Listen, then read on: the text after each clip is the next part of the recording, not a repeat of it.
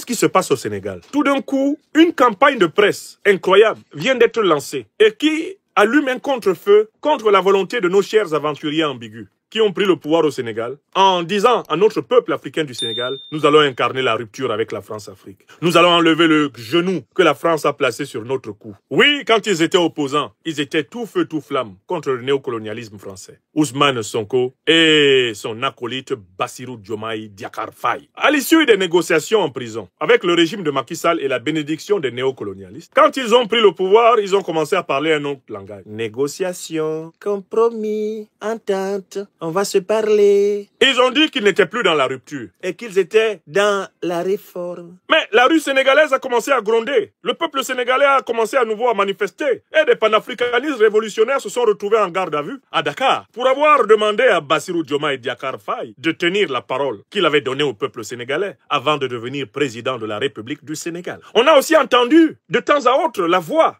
bien tendue, du député Guy Marius Sagna. Certes solidaire du régime Pastef, mais quand même, ayant une certaine distanciation critique qui lui a permis de tacler le projet de visite du président Macron le 1er décembre 2024 à Tiaroy, où se célébrait le souvenir du massacre de plusieurs centaines de soldats africains par l'armée française.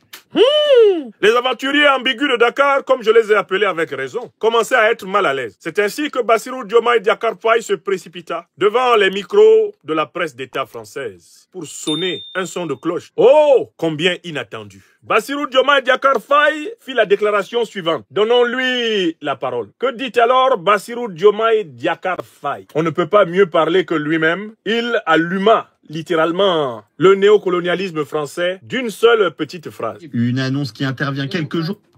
Entre la France et le Sénégal, c'est un nouveau chapitre qui semble s'ouvrir. Bassirou Diomaye Faye avait promis en étant élu de rétablir la souveraineté de son pays. Chez nos confrères de France 2, le président sénégalais prévient, la France va devoir désormais fermer ses bases au Sénégal. Est-ce qu'en tant que Français, vous envisagez de nous voir dans votre pays avec des chars ou avec des véhicules militaires, des militaires sénégalais avec les tenues sénégalaises? Comme ça, parce que sur le plan historique, la France a esclavagisé, a colonisé et est restée. Une annonce qui intervient quelques jours après que Jean-Marie Bockel, l'envoyé personnel d'Emmanuel Macron en Afrique, ait remis au président de la République un rapport sur la reconfiguration du dispositif militaire sur le continent. La France avait prévu de réduire sa présence militaire en Afrique, mais néanmoins de la conserver, avec notamment une centaine de soldats au Sénégal, tout comme en Côte d'Ivoire ou au Gabon. Le président sénégalais l'assure néanmoins, il ne s'agit pas d'une rupture avec la France. Bassirou Diomaye Faye a même salué une autre décision d'Emmanuel Macron. Pour la première fois, un président français évoque un massacre contre des tirailleurs sénégalais sur le camp de Tiaroy, il y a 80 ans. J'ai reçu aujourd'hui une lettre du président Macron dans laquelle il reconnaît que ce fut en effet un massacre. Ce pas consistant à reconnaître que c'est un massacre doit ouvrir la porte à une collaboration parfaite pour la manifestation de toute la vérité. En 1944, des dizaines de tirailleurs sénégalais qui à la fin de la guerre demandaient à la France le paiement de leurs soldes avaient été tués par des militaires français. Les commémorations doivent avoir lieu ce dimanche au Sénégal. Emmanuel Macron a présenté ses excuses pour ne pas pouvoir y assister à cause de contraintes d'agenda. C'est pas un problème d'agenda qui a empêché M. Macron de venir. Le président Macron savait que l'opinion sénégalaise et africaine en général est massivement remontée contre lui. Venir à Dakar le 1er décembre 2024, c'était prendre le risque de soulever en réalité des colères populaires. La jeunesse sénégalaise n'est pas sur la même longueur d'onde que le pouvoir. Le pouvoir négocie. Le pouvoir fait, comme il le dit, des compromis. Le pouvoir fait dans l'ambiguïté. Mais le peuple sénégalais, là, qui a élu Sonko et Diomaye, ce peuple sénégalais, lui, il ne veut plus voir de militaires français sur son sol. Et même pas de compagnie de mercenaires habillés en civil. Ça, c'est la volonté de l'écrasante majorité des Sénégalais. Allez les interroger. Donc, en fait, c'est sous la pression de la rue sénégalaise, sous la pression de l'opinion panafricaniste et sous la pression morale de leurs propres promesses faites avant d'être élus. Car avant d'être élus, quand ils étaient opposants, qu'est-ce qu'ils disaient? Donnons la parole à M. Sonko. M. Sonko, revenez avec la théorie du genou pour qu'on sache ce que vous disiez quand vous cherchiez le pouvoir auprès des Sénégalais. Vous aviez dit quoi? Que l'on soit bien clair, nous n'avons rien contre le peuple français. Il est temps que la France lève son genou de notre cou. Voilà. 7 siècles de misère fait de traite humaine. Oui, c'est Ousmane de colonisation. Oui. Et aujourd'hui de néocolonisation. Voilà. cela suffit. Voilà la doctrine. Il est temps que la France nous foute la paix. Il avait encore son cerveau. Oui. Il est temps que la France prenne exemple sur ses voisins européens. Ah! L'Allemagne est la première puissance économique d'Europe, loin devant la France. Ouais. La troisième ou quatrième puissance économique du monde. Ouais. L'Allemagne n'exploite aucun pays. Ah. Aucune colonie. Ah. Je peux citer l'Italie, je peux citer l'Espagne, qui avait des colonies avant, mais qui n'exploitent personne, qui ne font pas ingérence, qui n'imposent pas des dirigeants dans leur ancienne colonie. Pourquoi la France croit pouvoir continuer à nous imposer des dirigeants, à faire des choix à notre place. Cela doit cesser et l'Afrique nouvelle, la jeunesse africaine, les élites africaines, la diaspora africaine dit non, ça ne peut pas continuer. Très bien. L'hypocrisie de cette France se vit et s'exprime tous les jours. Bon. C'est comme cela qu'il s'exprimait quand il cherchait à être élu par les Sénégalais. Et les Sénégalais n'ont pas oublié que c'est pour cela qu'ils les ont élus. Donc, Bassirou Diomaye Faye et Ousmane Sonko, maintenant au pouvoir, sont sous la pression.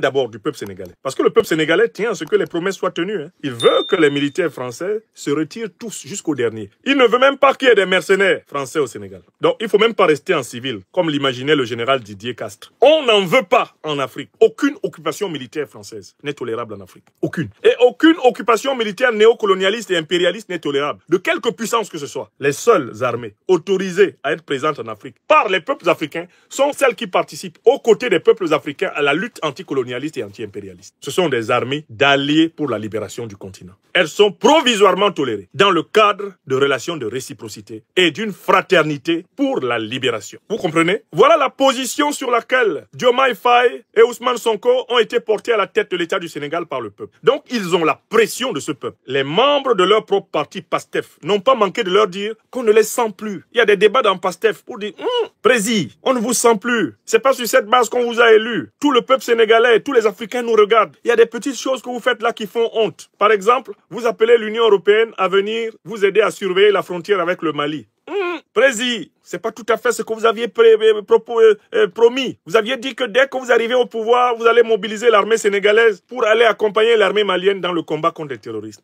Prési, on n'a pas vu ça. Oh, vous aviez dit que vraiment, jamais le Sénégal ne pourrait être complaisant envers ceux qui attaquent les pays du Sahel. Et voilà que l'ambassadeur d'Ukraine, en place à Dakar, avoue avoir participé avec les terroristes d'Al-Qaïda et de l'État islamique, et avec la bénédiction de l'Algérie et de l'OTAN, à l'attaque contre Tinzaouaten au nord du Mali. Et vous vous contentez de lui faire des remarques verbales et de le laisser tranquille en maintenant les relations diplomatiques avec l'État ukrainien coupable d'attaques terroristes contre le Mali.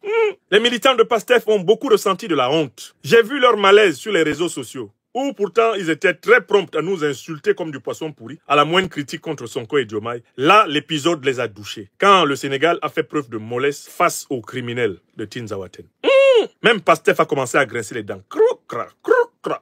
Ousmane Sonko et Diomaye se sont mis à être en difficulté dans leur sortie en Afrique. Diomaye s'est mis à chercher dans quel pays il peut aller sans se faire critiquer. Ils se sont mis à se promener sur la pointe des pieds comme des chats en Afrique alors qu'ils étaient adulés, aimés par les Africains. Ils ont fait des visites en Afrique de l'Ouest sans soulever des foules. Alors que si Bassirou Diomaye Diakhar Faye, président de la République du Sénégal, et Ousmane Sonko étaient restés fermes sur les bases qui leur ont permis de gagner le soutien du peuple sénégalais, leur arrivée à Bamako, à Ouagadougou, aurait déclenché des rats de marée populaire. Ils ont visité la capitale malienne et la capitale burkinabé incognito, s'en allant la nuit, avant même que le jour se lève, de crainte que la population ne se fâche contre eux. Parce que la population est au courant de leur aventure ambiguë. Typique de fameux personnage, du roman de Cheikh Hamidou Kane, l'aventure ambiguë. Le fameux personnage étant Samba Diallo. Partagé entre la soumission au néocolonialisme et l'adhésion à l'émancipation et à la tradition africaine. Samba Diallo meurt de n'avoir pas choisi clairement la liberté, la souveraineté, la dignité de son peuple et d'avoir voulu, gagner en étant tantôt du côté des maîtres et tantôt du côté des esclaves. C'est comme cela que ça s'achève pour le personnage de Cheikh Hamidou Kane dans le célèbre roman. Et c'est dans cette posture Samba Dialloienne que se sont installés depuis qu'ils sont au pouvoir Diomaye et Sonko. Mais là, devant la pression donc du peuple, la pression de l'opinion panafricaine, ils ont ressenti le besoin de marquer un coup.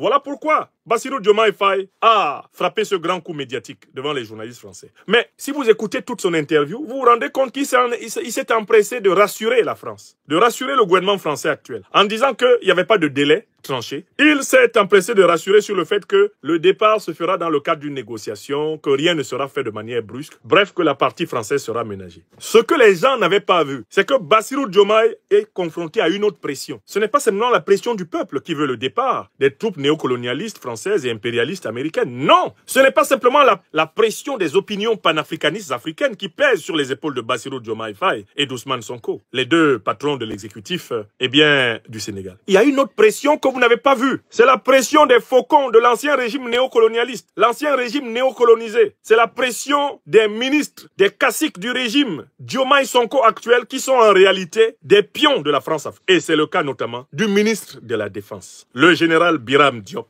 qui est sorti de la cuisse du néocolonialisme français par opération par césarienne. J'avais déjà donné des conférences ici pour expliquer aux Sénégalais et aux Africains qu'on risquerait d'assister au Sénégal à une situation de tricéphalisme. D'une part, Ousmane Sonko, qui a été empêché d'être président de la République et qui dans sa tête l'est toujours et se comporte comme tel, puisqu'il est d'ailleurs le président du parti au pouvoir, PASTEF. De l'autre côté, Bassirou Diomaye Faye, qui est la pièce de réchange d'Ousmane Sonko, mais qui est quand même le président de la République, chef de l'État, et qui serait tenté d'exercer éventuellement ce pouvoir sans en référer à celui qui est en réalité son parrain et son modèle, Ousmane Sonko, son premier ministre, le subalterne étant en réalité le patron du parti, et le chef de l'État étant le patron du parti, c'est-à-dire le patron de son patron. On a connu au Cameroun cette situation entre Ahidjo et Paul Biya, on sait comment c'est fini. On a connu des situations similaires un peu partout, on sait comment le pouvoir divise les gens. Mais j'avais dit dans ma théorie de la trilogie sénégalaise qu'il y avait un troisième personnage qu'il ne fallait pas négliger. C'est le général Biram Diop, ministre de la Défense. Lui, il n'est pas du pouvoir PASTEF. Ce n'est pas un panafricaniste. Ce n'est pas un révolutionnaire. Ce n'est pas quelqu'un qui est un anticolonialiste. C'est pas un anti-impérialiste. Il doit toute sa carrière à la paternité du néocolonialisme français et de l'impérialisme occidental. Étudiez son CV, vous verrez qu'il est directement venu, littéralement, de ce filon. Lui, je l'ai remarqué à une occasion. En l'absence du Premier ministre Ousmane Sonko, en déplacement à l'étranger, il a assuré l'intérim de la direction du gouvernement pour une cérémonie de sortie d'une promotion, une promotion de soldats. Et à l'occasion de cette sortie d'une promotion de soldats au Sénégal, le général Biram Diop a tenu un discours qui m'a effrayé et qui m'a alerté sur le fait qu'en fait, il se comportait comme le véritable homme fort du Sénégal. Dans ce discours, il a dit ni plus ni moins que ceci: nous allons d'une manière ou d'une autre ramener le Mali, le Burkina et le Niger dans la CEDEAO. C'est-à-dire que même le président Bassirou Diomaye Faye, qui avait été mis en mission par la CEDEAO pour tenter de ramener le Mali, le Burkina et le Niger dans la CEDEAO, même le Premier ministre Ousmane Sonko, qui lui aussi avait cette mission, avec beaucoup plus de délicatesse, aucun d'entre eux ne s'était permis de parler comme ça du Mali, du Burkina et du Niger comme des enfants qu'on va aller rechercher dans la cour et qu'on va ramener de manière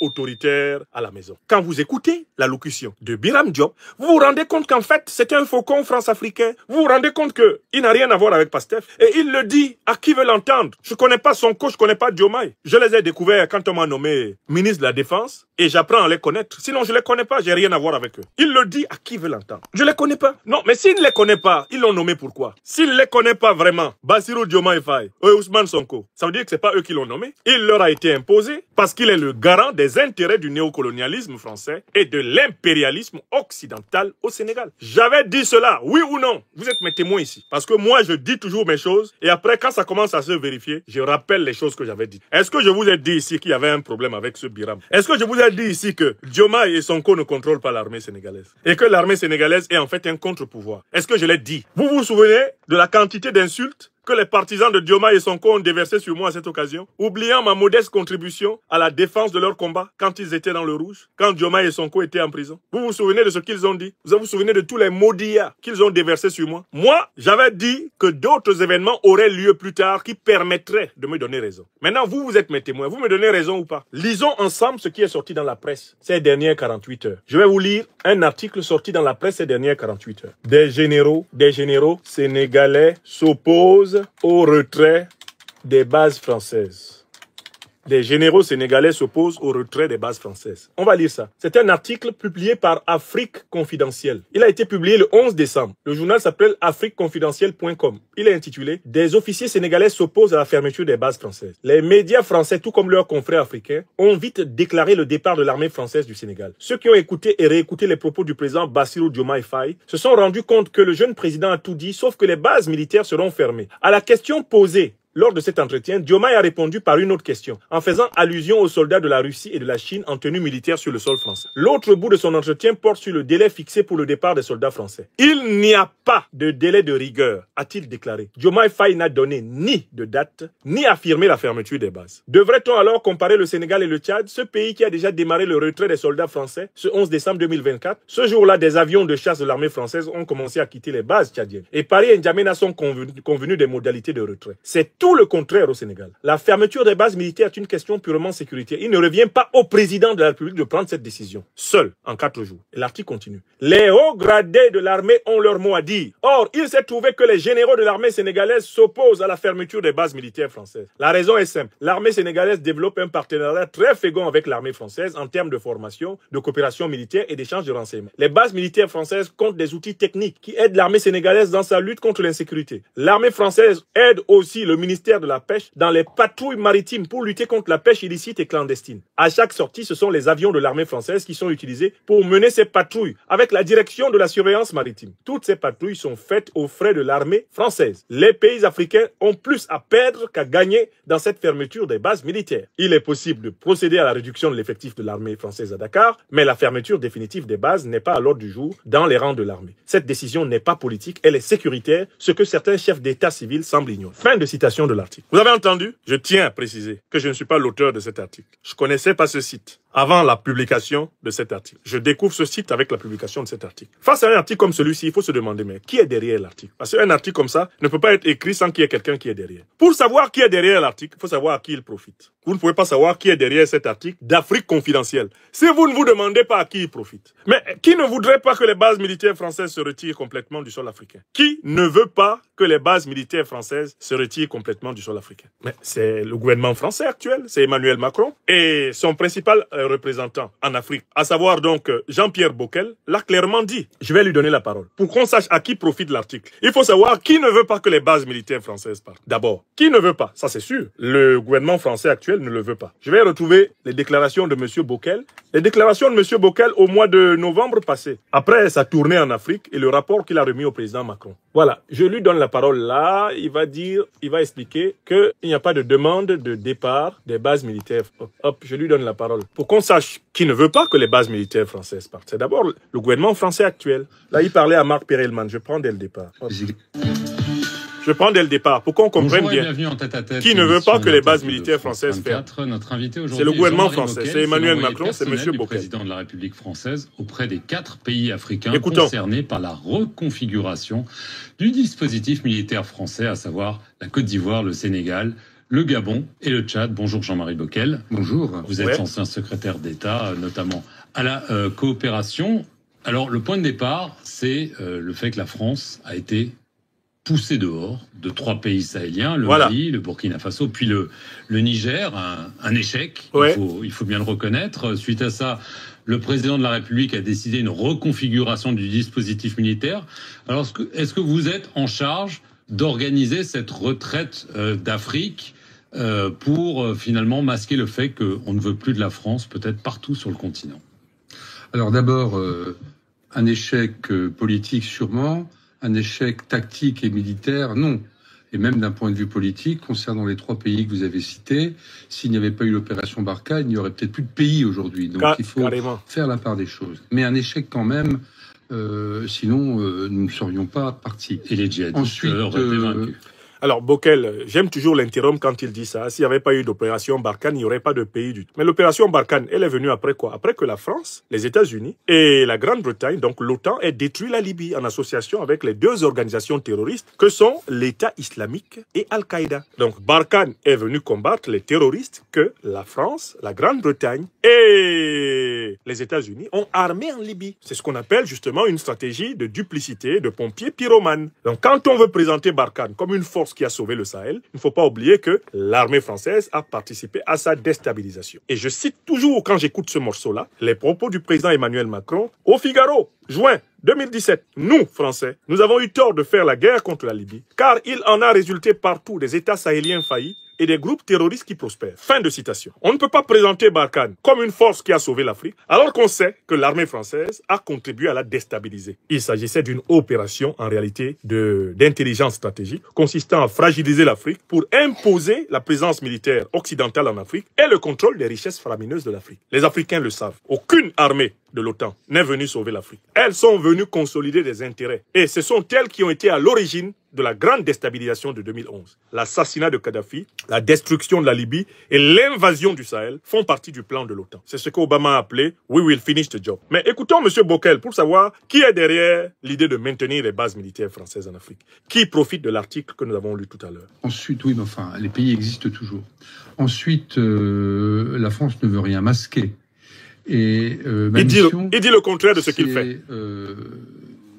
D'abord, de continuer et d'approfondir un dialogue avec les pays du périmètre, les 4 pays que vous avez cités tout à l'heure, à commencer par les chefs d'État, mais également les responsables des pays, les sociétés civiles, pour envisager. Évidemment, il ne faut jamais avancer masqué, donc envisager... Il ne faut jamais avancer masqué, pourtant c'est ce qu'il fait. De l'empreinte. Pourquoi le rapport est confidentiel? Au profit d'un partenariat de défense qui soit complètement renouvelé, ce qui ne veut pas dire, sauf si les pays le souhaitent, mais ce qui ne veut pas dire de notre fait un désengagement. Et le détail des discussions que j'ai pu... Ça vient. On a juste une interruption de réseau. Petite interruption de réseau, ça va se résoudre. Un instant, mes amis. C'est juste le réseau qui flotte, ça va aller. Déjà avoir avec 3 pays, c'est d'un côté un sentiment partagé, dans le cadre de cette co-construction, que ce n'est pas le nombre de soldats qui compte dans le monde qui vient. C'est la qualité du partenariat en réponse à un certain nombre d'attentes de ces pays pour conforter la dimension souveraine de leurs outils de défense, notamment par rapport aux nouvelles menaces, djihadistes et autres. Et nous sommes dans cet état d'esprit qui est un état d'esprit, somme toute, très partenarial. Alors, il y a eu un conseil de défense à l'Élysée sur ce sujet le 23 octobre. Vous avez remis au chef de l'État un pré-rapport. Le contenu n'est pas public, ne sera pas rendu public. Voilà la transparence. Alors, une question toute simple. Est-ce que dans ce rapport, il y a l'hypothèse de la fermeture de bases militaires françaises dans ces pays? Est-ce que c'est sur la table, oui ou non? Voilà.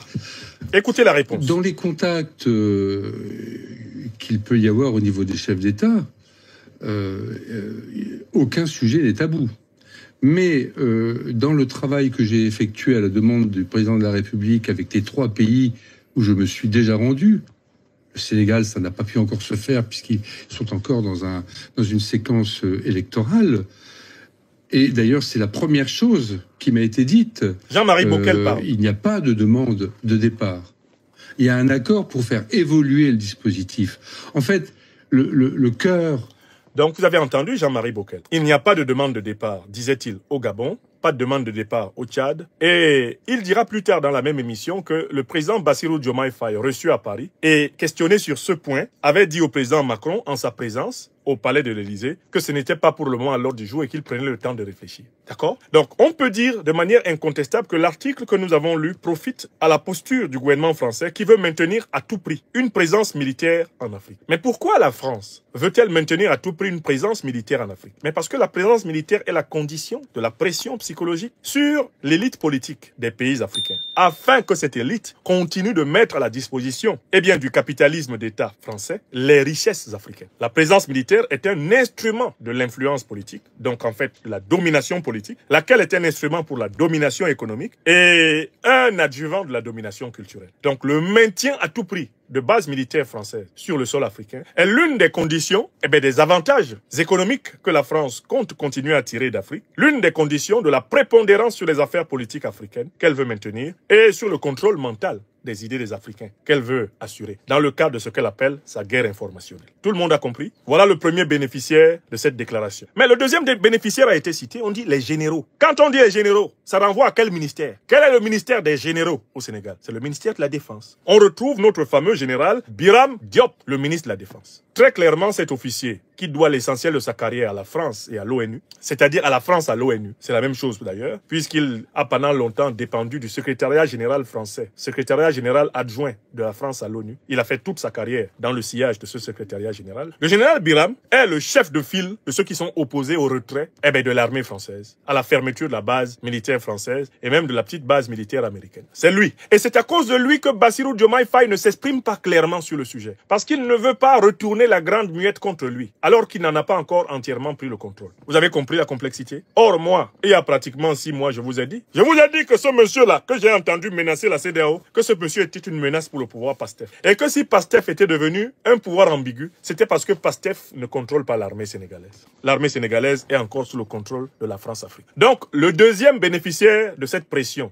mise sur PASTEF, ce sont les représentants de la France-Afrique dans l'armée sénégalaise. Cette sortie dans les journaux profite au maintien des bases militaires françaises au Sénégal et plus largement en Afrique, et elle profite aux représentants du néocolonialisme français dans l'armée sénégalaise. Le chef de file de ceci, c'est Biram Diop, celui qui a menacé de ramener de gré ou de force les pays de l'AES dans la CEDEAO. Vous êtes donc obligés aujourd'hui, même vous, mes frères et sœurs du Sénégal, partisans de Diomaye et de Sonko, qui ne m'aimez point parce que je les critique, vous êtes obligés de me donner raison. Il y a un problème entre la direction politique actuelle du Sénégal et le commandement de l'armée. Le commandement de l'armée ne fait pas encore, n'exécute pas encore, n'obéit pas encore au commandement politique. Mais comme vous êtes des Saint Thomas et que vous avez toujours besoin que le docteur des preuves vous en donne à volonté, je vous donne un deuxième élément. C'est le conflit qui a éclaté pendant la période électorale, avant les législatives, entre le PASTEF de Sonko et le ministre de la Justice, le ministre de la Défense, le ministre de la Sécurité. Qu'est-ce qui s'est passé? Ouvertement, le chef du gouvernement, Ousmane Sonko, a reproché au ministre de la Justice, au ministre de la Défense et de la Sécurité de ne pas faire leur travail et de laisser les partisans de Macky Sall agresser ceux de PASTEF et de ne pas obéir aux ordres de lui, le premier ministre chef de gouvernement, leur demandant de faire régner la loi et de punir ceux qui font usage de la violence contre les militants de PASTEF. Ousmane Sonko, premier ministre du Sénégal, chef du gouvernement, a lui-même publiquement révélé,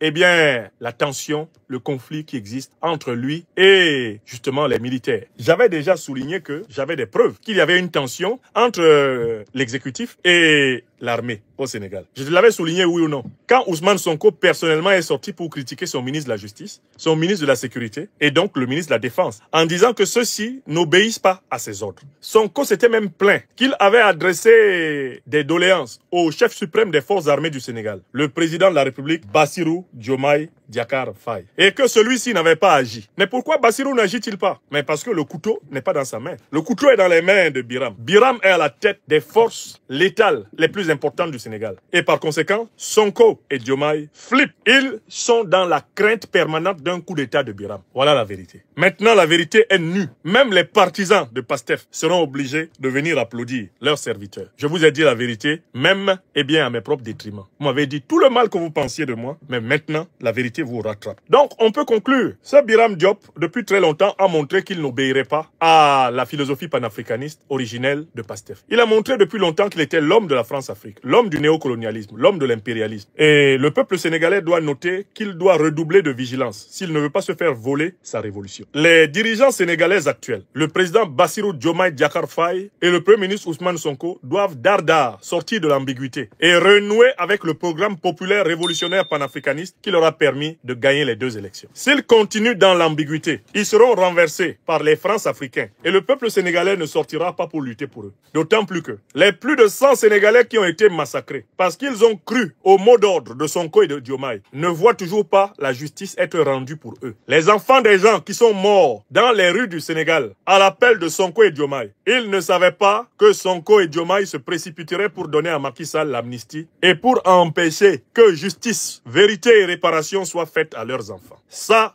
honnêtement, le peuple sénégalais a été surpris par la vitesse à laquelle, eh bien, les centaines de filles et fils du Sénégal qui ont été blessés, tués par Macky Sall, ont été passés par perte et profit par ceux qu'ils juraient, leur panafricanisme, leur révolution, et même qu'ils étaient des réincarnations de Sankara, des réincarnations de Nkrumah, de Amilcar Cabral, de Nelson Mandela, des réincarnations de Lumumba, de Modibo Keïta. Tous ceux-là qui avaient juré cela, tout d'un coup, amnistièrent ceux qui avaient massacré notre peuple. Et ça, les Sénégalais ont gardé une dent contre Sonko et contre Diomaye pour cela. Ils ont intérêt à affronter clairement la contestation de leur autorité qui émane de ces généraux félons qui sont de mèche avec la France-Afrique et qui ne rêvent que de la revanche du grand soir néocolonialiste France-africain pour instaurer un régime de style oligui-nguémaïque à Dakar. Un régime, eh bien, de bourgeoisie comprador militaire, un régime France-africain. Voilà la vérité. Elle est comme mon nez sur ma figure. Que mes frères et sœurs sénégalais me pardonnent d'avoir eu raison trop tôt. Ceux qui ne m'ont pas écouté,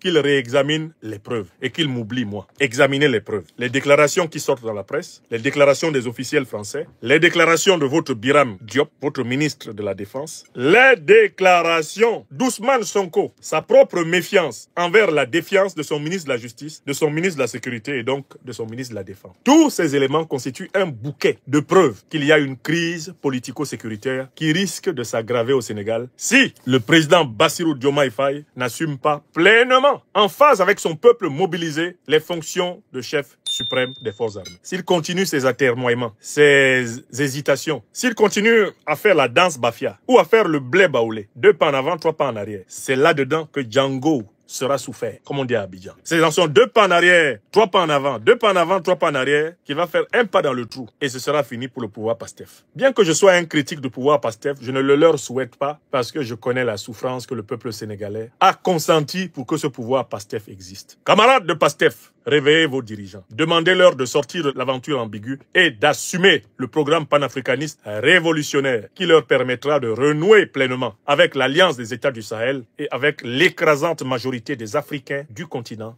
et des diasporas.